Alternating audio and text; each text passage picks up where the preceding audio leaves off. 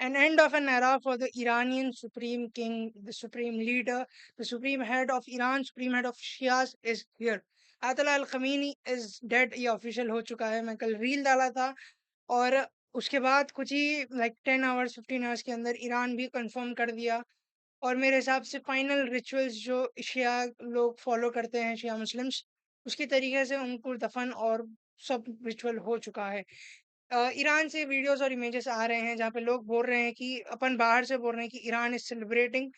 वहीं दूसरे विजुअल्स आ रहे हैं that Iran is morning, Iran is actually ready and more than ever willing to go to battle against Israel and United States.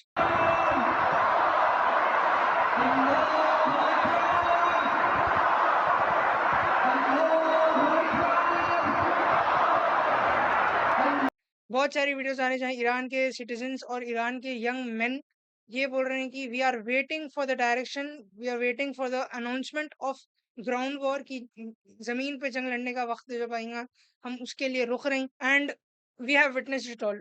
अपनी जो generation है Covid Covid देख ली, एक जेनोसाइड देख ली in the form of Israel जो फलस्तीन के साथ करी.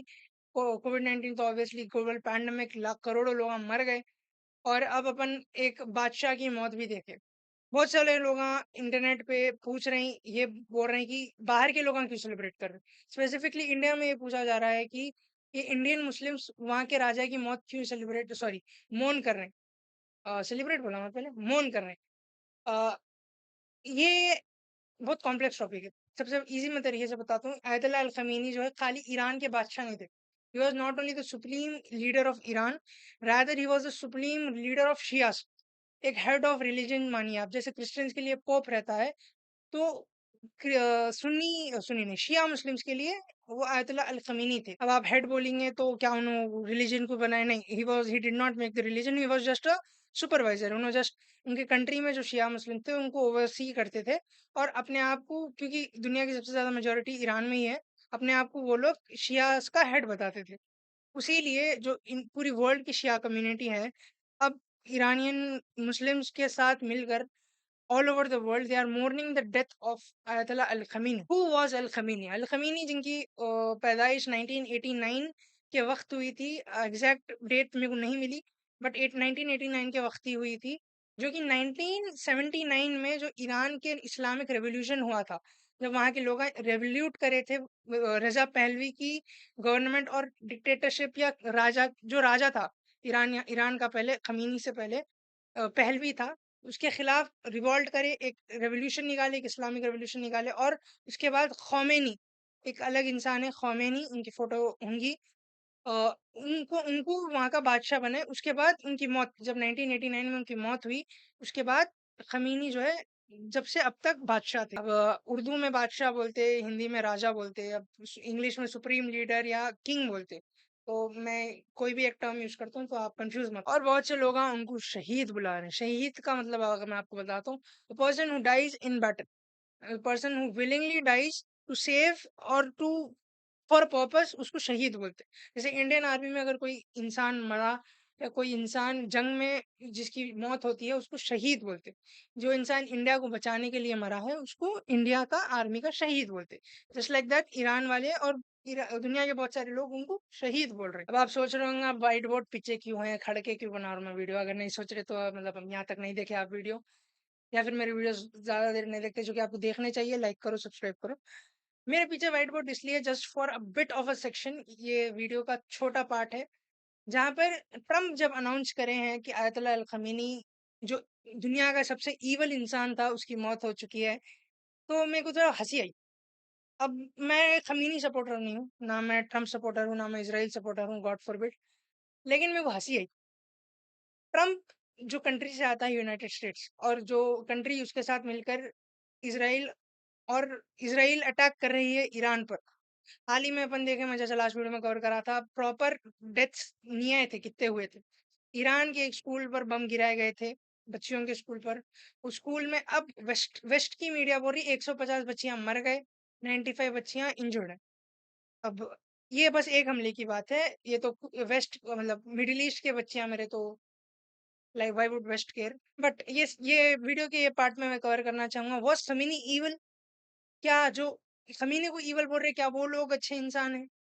तो व्हाइट व्हाइट बोर्ड पे बस कुछ शब्द लिखे हुए हैं, अगर दिख रहा होगा, आई होप दिख रहा होगा। मेरी हैंडराइटिंग थोड़ी गंदी है, please excuse me. White board पे बस कुछ चीज़ें लिखे हुए हैं। I don't think you can read it. अगर नहीं रीड कर सक रहे तो मैं प्लीज कैनवा भी बनाना पड़ता मेरे को। ये 1989 से 2026, जब तक समीनी रूल में थे और जब से उनके आखिरी दिन, जब से अब तक के डेथ कैजुअलिटीज है ऑफ ईच कंट्रीज। सबसे पहला ईरान का है 50,000 से लेके 60,000। That's a lot of people, that's very wrong. ये मोस्टली जो है प्रोटेस्टर्स और gulf war, Iran Iran Iraq war और सीरिया के बीच में जो टेंशन है उसमें से है। हाल ही में भी प्रोटेस्ट हुए हैं, बट उसमें 50,000 डेथ टोल बता रहे 2 दिन के अंदर, जो कि मेरे हिसाब से इम्पॉसिबल है। That's just speculation by the West. उसमें उसका भी मिला हुआ है, 7,000 मिला है हमें, जो कि स्कॉलर्स राइट नाउ, जो स्कॉलर्स हैं जिनको मालूम है चीज़ा, वो लोग बोल रहे 7,000 तक रह सकती है, इसलिए मैं 7,000 मिला है। उसके बाद आता है जो सबको फ्रीडम देता है, यूनाइटेड स्टेट्स। अगर आप नंबर पढ़ सक रहे, सही पढ़ रहे हैं आप, 15 लाख से लेके 20 लाख तक, यानी 1.5 मिलियन से लेके 2 मिलियन तक। और ये बस 1989 से 2026 तक है।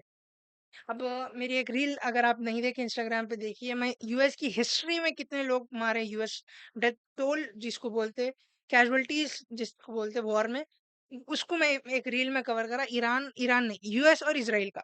अब इसराइल पे आइए आप, 1,20,000 और से 1,50,000।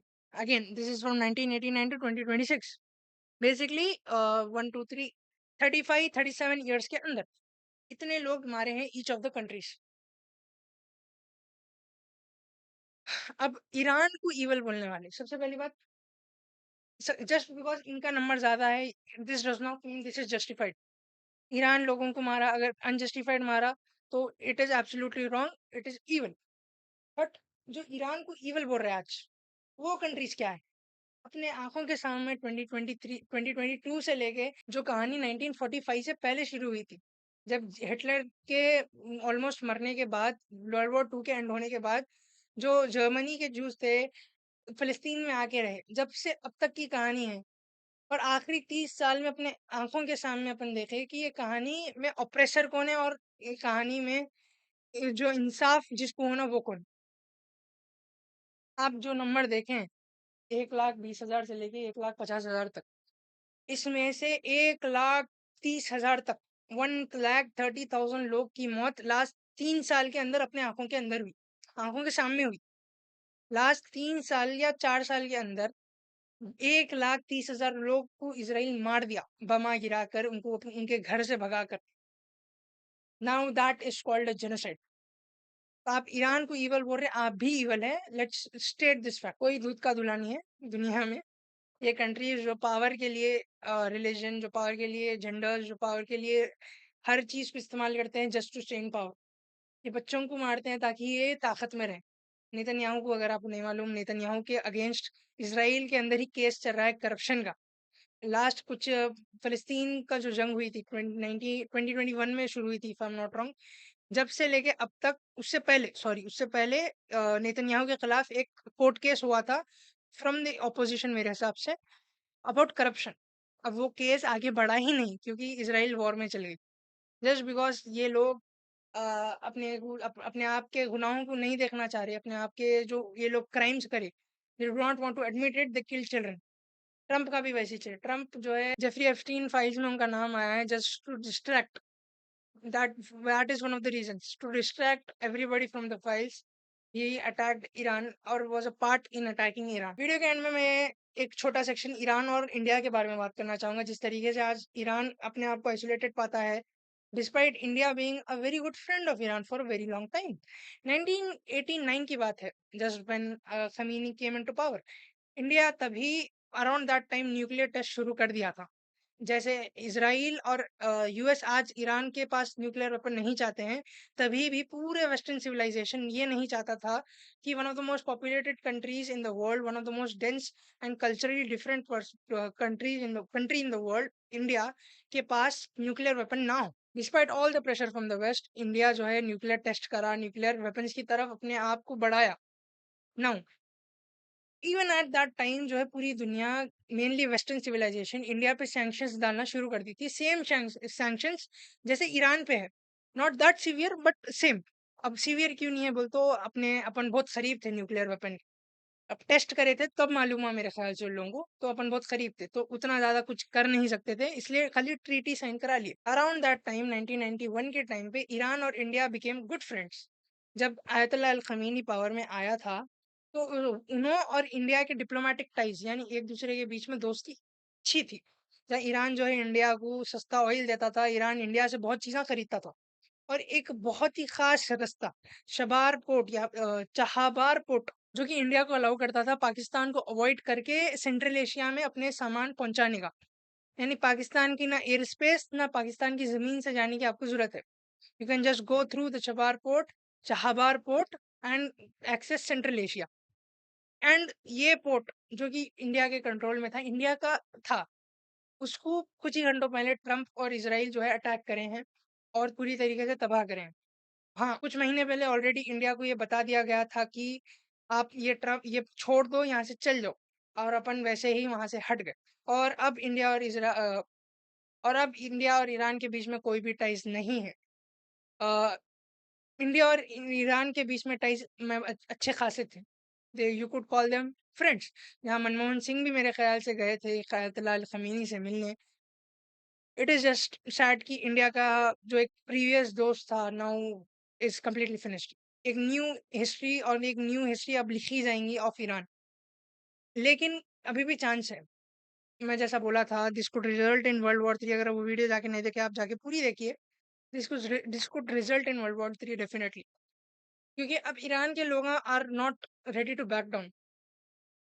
आप वीडियोस अगर आप मैं निकाल सक रहा हूँ और डाल सक रहा हूँ, जैसे लास्ट वीडियो में भी मिसाइल्स के वीडियोस डाला था मैं विथ रिस्क। इसमें भी डालूंगा अगर कुछ डाल सकता हूँ तो।